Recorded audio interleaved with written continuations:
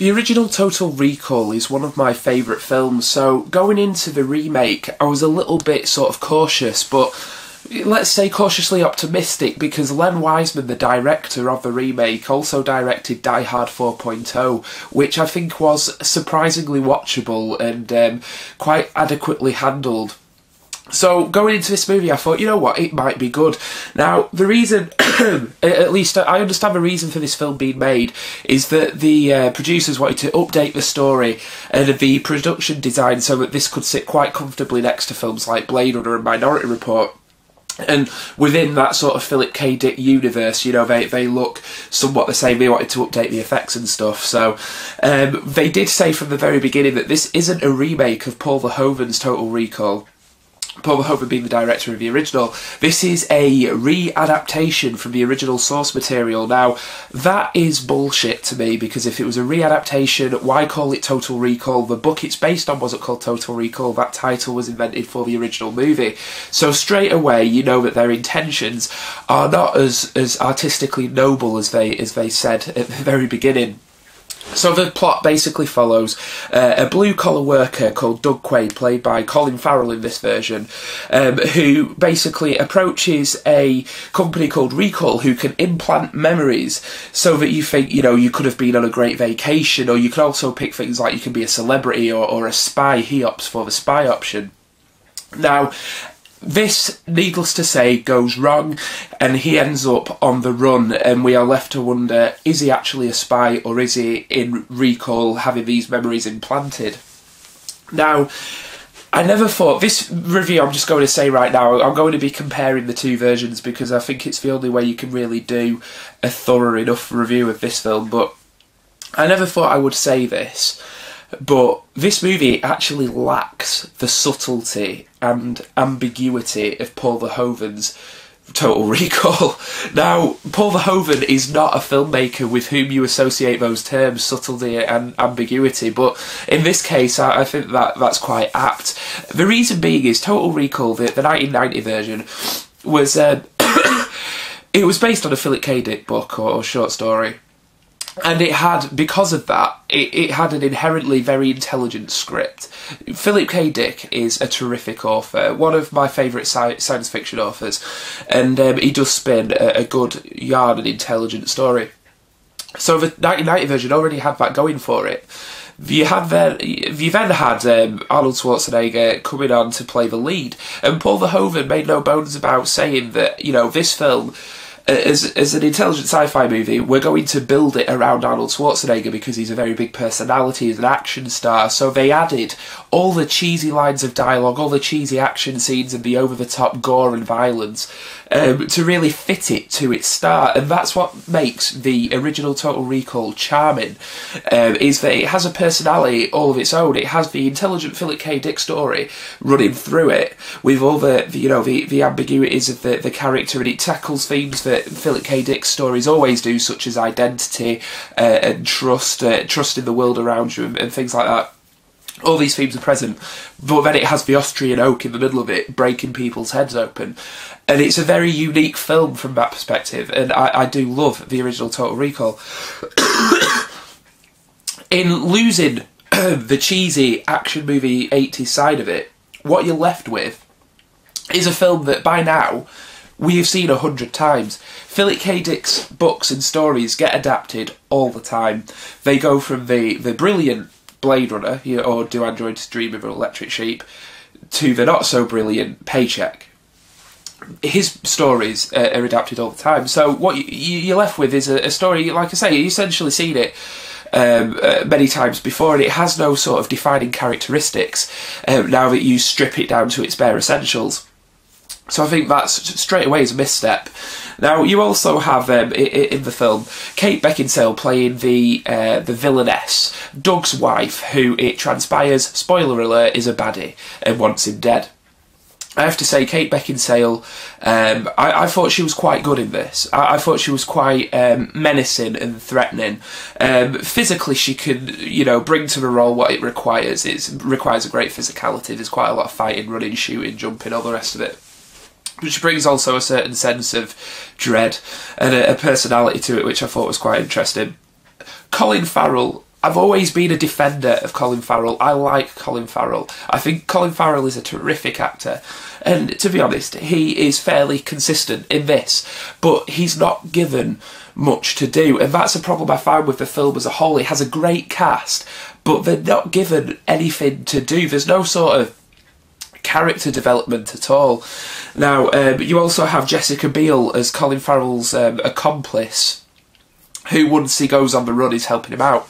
She's a member of a terrorist organisation, basically, which has been blamed for several attacks across the world. Well, I say the world, but the city, and he's apparently a member of this, and it gets all really complicated. But that's besides the point. And then you have Bryan Cranston from Malcolm in the Middle and Breaking Bad playing the big bad villain in this.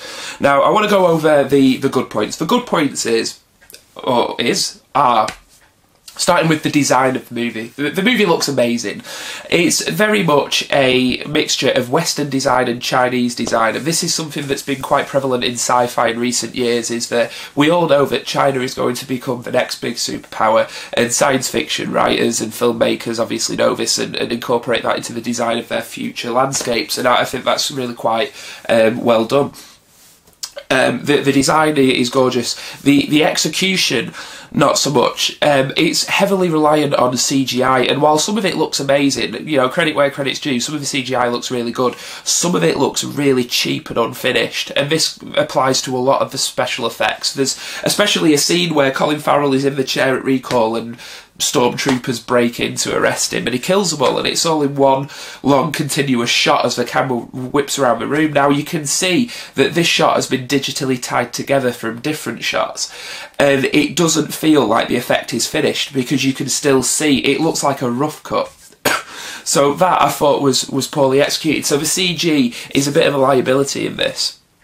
While sometimes, you know, certain things look amazing, certain things look unfinished and quite poor. But overall, the design, I'd say, is a good point. There's some very interesting ideas as well. The world has been divided into two sort of cities. And when I say cities, they're like the size of countries. There's the United Federation of Britain, and there's the colony in Australia. Now, in order to travel from one to the other, you have to pass through the Earth's core in what is essentially like a massive tube train.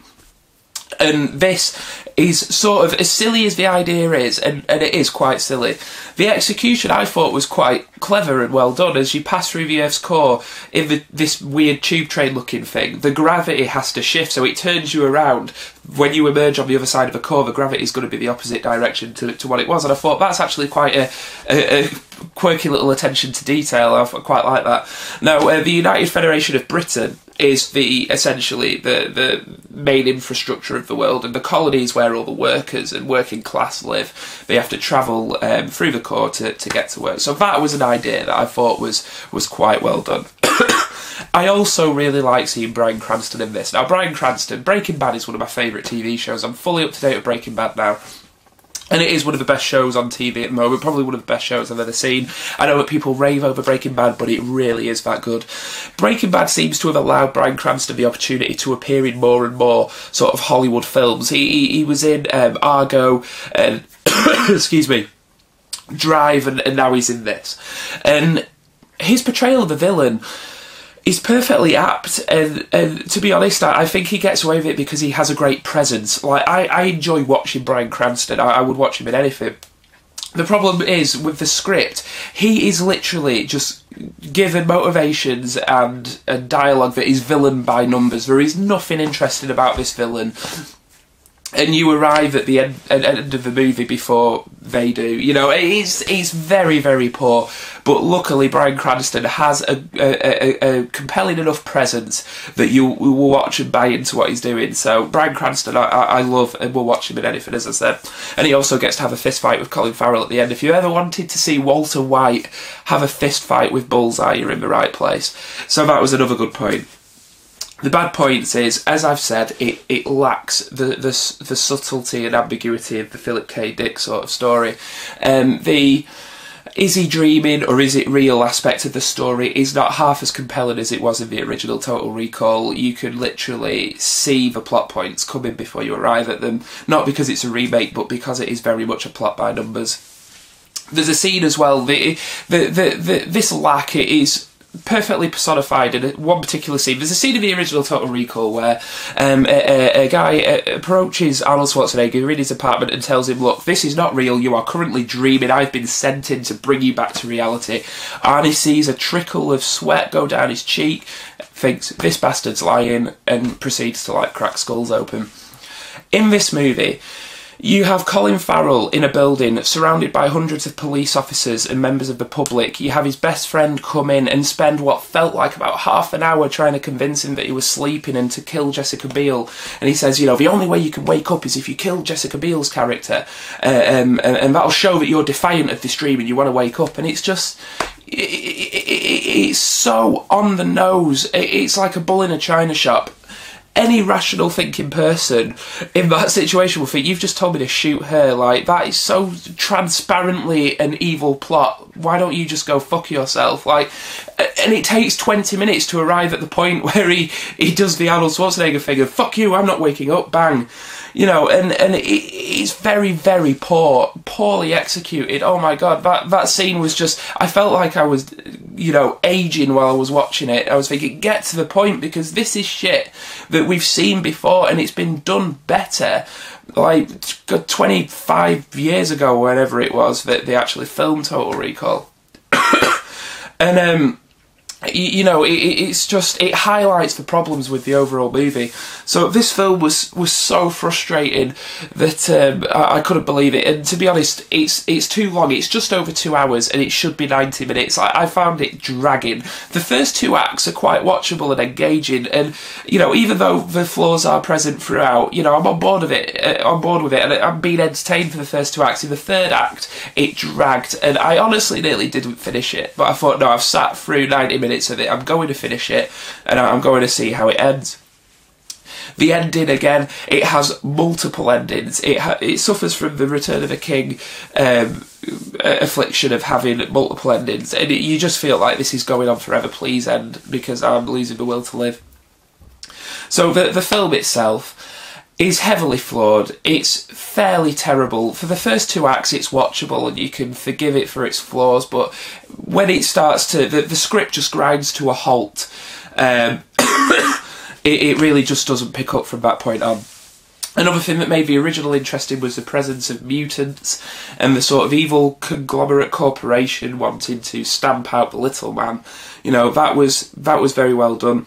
In this, the plot is slightly different, but same sort of themes, but just not as well executed. And you have the rebel terrorist fighters who are all perfectly, like, groomed and made up. And you just think, oh god, like, how many times do we have to watch terrible sci-fi movies like this before they know to do something different? So I may be biased because I love the original Total Recall. I imagine most people watching this movie or watching this video will love the original Total Recall. This movie is bland. It's boring. For all its intelligent ideas, they are not well executed. It has a great cast which it does nothing with. It's just clearly a sci-fi movie by numbers. You know, let's cash in on the popularity of the original. They tried to tell us it's a readaptation, and while a lot of the plot is very different to the original Total Recall, it's a remake because they take certain scenes and quirks from the original and try to do them again, but to lesser effect. So Total Recall, the remake, total remake. I can't recommend it. I really strongly disliked it. I was on board for the first 2 acts. Third act was so bad that it actually ruined the rest of the film for me. The effects feel unfinished, although the design is impressive. The actors are great, although the characters are shit. So I wouldn't bother watching this. If you're tempted to go see Total Recall or pick it up on DVD, Blu-ray, whatever, don't go watch the Schwarzenegger The Hogan original. You'll get a lot more from it. Total Recall, one of the most disappointing films of 2012.